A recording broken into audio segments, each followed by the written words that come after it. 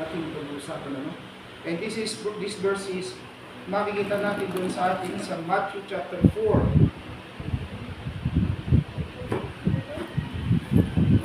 Okay, Matthew chapter 4 tayo, mga kapatid.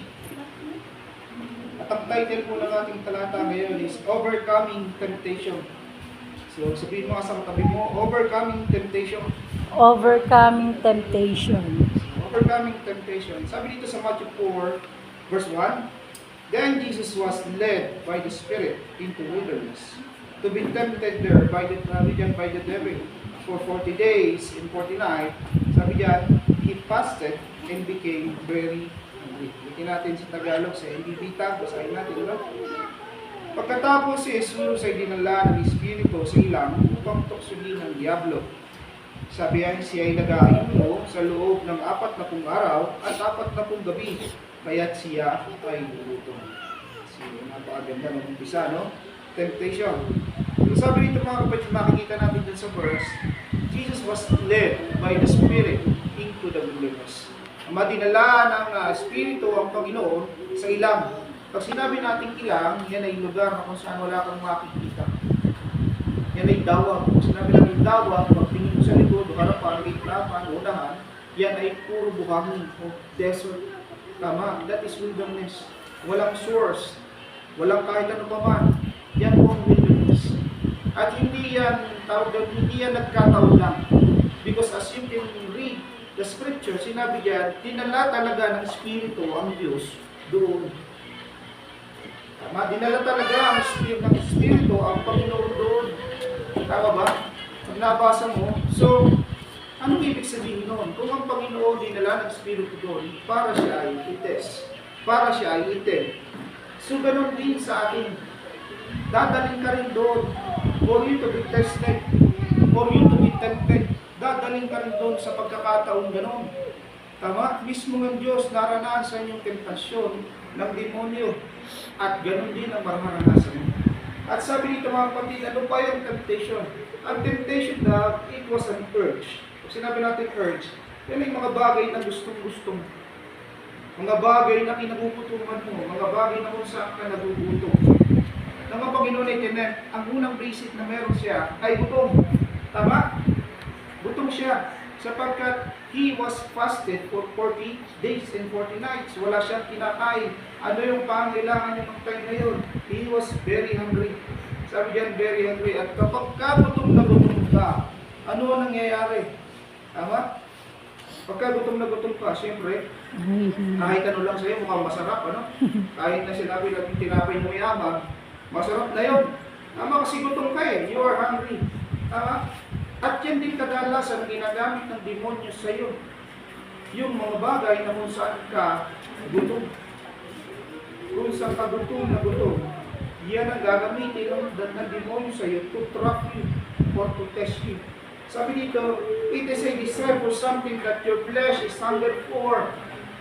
Kung saan gutom ang iyong laman, kung saan gutom ang iyong katawan, doon ka dadalhin ng demonyo. Tama? Yun ang itetas sa iyo ng demonyo. Ano ba sabi dito? In Hebrew, sabi diyan, yung word temptation means masa. So hindi yan tinapay na minamasa, it words means masa. Sinabi masa, sabi diyan, is derived from the verb nasa, meaning to try, to prove, to put to the test. Sabi diyan, meaning to try. Tama? Pag sinabi natin to try, ano yun? I-testing, ano? Sabi diyan, to prove, meron something na kailangan i-prove.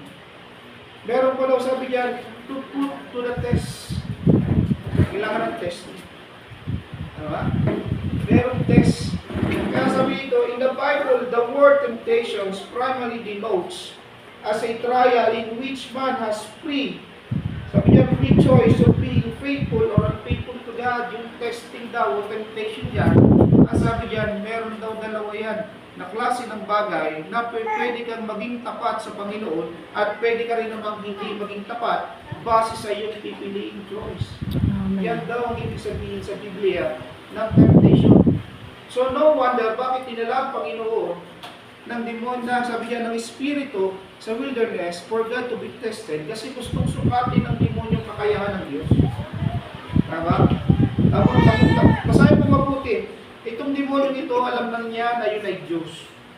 Alam niya na yun ay nilikha para sa atin. Yung purpose, alam niya yun. Tama? Hindi niya lang alam kung ano pa paano yung sistema ng purpose ng Panginoon. So, ibig sabihin, kita niya at alam niya na ang kanyang kausap ay Diyos, pero still, tines pa rin niya. Pero, still, tines pa rin niya. Bakit kailangan ng pagdaan ng Panginoon yung temptations na yun? Meron kang magkukulit dyan. At napakalaking bagay, bilang isang Kristiyano, bilang isang mananampalataya na mapulot mo yung aral dun sa testing or temptations that God has been overcome. Natatapos ng Panginoon at napagtagumpayan ng Diyos yung temptation. Amen? Amen. Temptation in the Bible, sabi yan, in biblical sense, is a situation in which one, sabi yan, experience a challenges, sabi yan, or challenge to choose between fidelity and infidelity to one's obligations toward God. Ikaw daw naman ang mamimili. Ikaw ang mamimili. Sabi yan yung biblical sense ng ating pinag-uusapan ngayon. Ikaw ang mamimili kung magiging tapat ka sa Panginoon o hindi. Ikaw ang pipili kung gusto mong, sabi dyan, tapakan yung iyong pananampalataya o buwagin yung iyong paniniwala. Tama? Sabi dyan, we must understand that in the first stage of temptation, kailangan mong maintindihan na yung unang yugto ng temptasyon ng Panginoon, there's something in connections always with hunger. Tama? Something that you are hunger for. Kung saan ka nagugutom, sinabi ko mga kanina, saan ka ba gutom? Ano ba yung kinagugutoman mo? Ano ba yung kinahumalingan mo? Ano ba yung mga desire gusto mo? Gutom na gutom ka. Tama? Kasi pag mga bagay na kinagugutom, sabi ko nga, kahit yung walis na tinapay, masarap sa'yo. Ibig sabihin, kahit na hindi ayon, kahit na hindi dapat nakainin, kakainin mo. Bakit? You are hungry. Kasi gutom ka. Tama? At yun ang pinakamasakit kapag ka nalilimutan natin na yung mga bagay pala na yun, na pinagdaanan ng Panginoon, kama sabi nga ng Panginoon dyan, hindi lang tayo sa tinapay ng buhay, kundi sa bawat Salita. sa bawat salita na nagmumula at namumutawi sa bibig ng Panginoon. Tama ba? So, ibig sabihin mga kapatid, makikita mo na kagad kung ano yung pinalalaban ng Diyos pagdating Diyos sa mga bagay na kinagugutungan natin. Na hindi lang dapat nakasentra yung buhay natin sa mga bagay na ating pangangailangan. Hindi lamang dapat nakasentro yung buhay natin sa mga bagay na ating kinagugutungan, kundi doon sa mga bagay na gusto ng Diyos sa atin. Amen. You must be centered in God's Word. Kaya nga sinabi ng Panginoon, sa bawat salita na namumutawi sa aking bibig, sa bibig mismo ng Diyos. At sino ba yung salita? John chapter 1 verse 1, from the beginning was the Word, and the Word was God, and the Word was with God. He was with God from the very beginning. Ang salita mismo ay ang Diyos. Kaya dapat ang sentro ng buhay mo, hindi lang sa mga bagay na gutom ka physically, pero mismo sa Diyos ka nakasentro dapat. Amen. Tama? Kung gusto mo managumpay sa tentasyon ng pagkagutom, isentro mo yung buhay mo sa Diyos. Tama? Ilagay mo yung buhay mo sa Panginoon. Tama? Ilagay mo yung pagkagutom mo sa Diyos. Tama? Kaya ang tanong ko kanina, saan ka ba nagugutom? Tama? O sa isda. Saan ka ba nagugutom? Anong ginagugutuman mo? Ano yung mga bagay na hanggang ngayon, nandun ka pa rin. Hindi pa rin naaalis. Sabi nga dito mga kapatid, when Jesus has been tested for 40 days, He was very hungry for something to eat.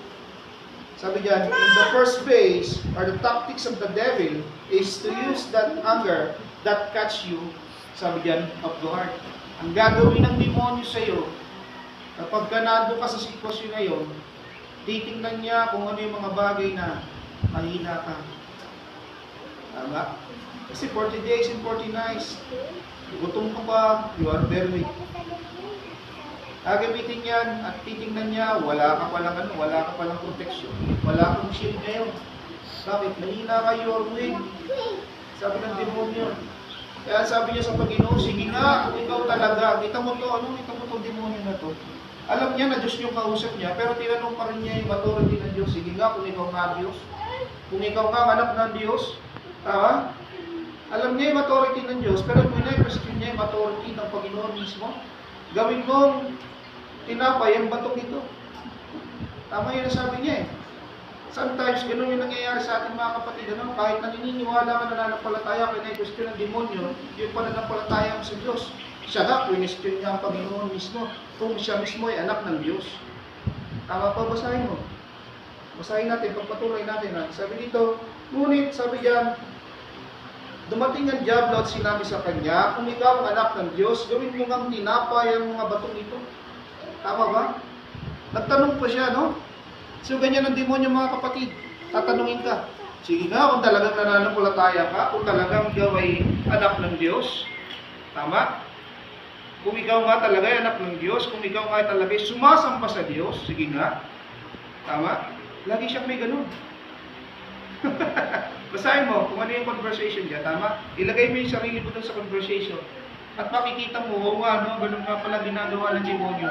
Kapag may mga bagay ako kinagugutuman, at sasabihin sa ng Diablo, sabi niya, the devil came and asked, if you are the Son of God, kung ikaw ay anak ng Diyos, sige nga, gawin mo nga tinapay ang batong ito. Kita mo yun?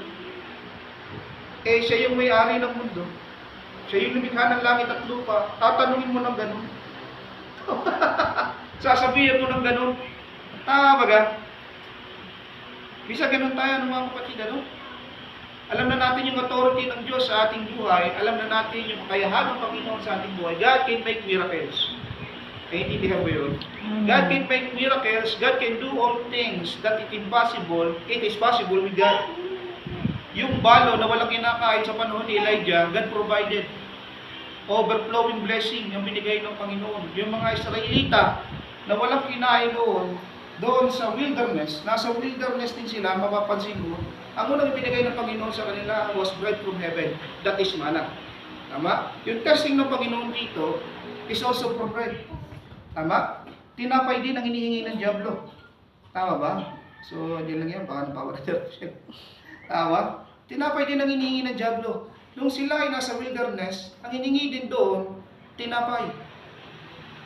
Wala kaming makain dito. Sabi nila, balik mo na lang kami sa Egypto. Tama, mabuti doon, meron kaming sibuyas na kinakain. Ano sabi ng Panginoon, magpapadala ako ng Julie's Bakery sa inyo. At nagpadala nga ang Panginoon ng gardenia sa kanila. Tama ba? Pinadala ng gardenia ng Panginoon. Sabi nga nila, ano to? Wala kasi sa panahon nila nun sa atin meron. Tama? Sabi nila, ano to? Tama ba? God made manna rain from them. At natanggap nila yung biyayang yun. Ngayon, yung question ng demonyo, kung ikaw ka anak ng Diyos. Tama? Kung ikaw ka anak ng Diyos, gawin mo nga tinapay itong batong ito. Hindi imposible sa Panginoon na kapag kinuman niya yung bato, magiging tinapay yun. Hindi imposible yun. Sapagkat mula nga doon sa 4,000 at 5,000, nagmulabang sa 2 isda, tama? At 3 tinapay, ano nangyari? Nakapag-impok pa sila ng bakul-bakul. Nakapagawa pa sila ng bakery. Tama ba? So yun ang ginagawa ng demonyo sa iyo, kapatid. Kine-question ng demonyo yung kakayahan ng Diyos sa buhay mo. At kine-question ng demonyo yung pananampalataya mo kung nakakalabayan sa Diyos. Tama ba? Minsan ganun ang nangyayari. Tama ba? Gusto mo maranasan, sabi ko nga, gusto mo maranasan yung miracle, lagi itong binabanggit sa inyo. Iyan ko lang yung pananampalataya mo sa Diyos. Lalakaran mo lang naman, simple lang naman. Wala namang mahirap, ano?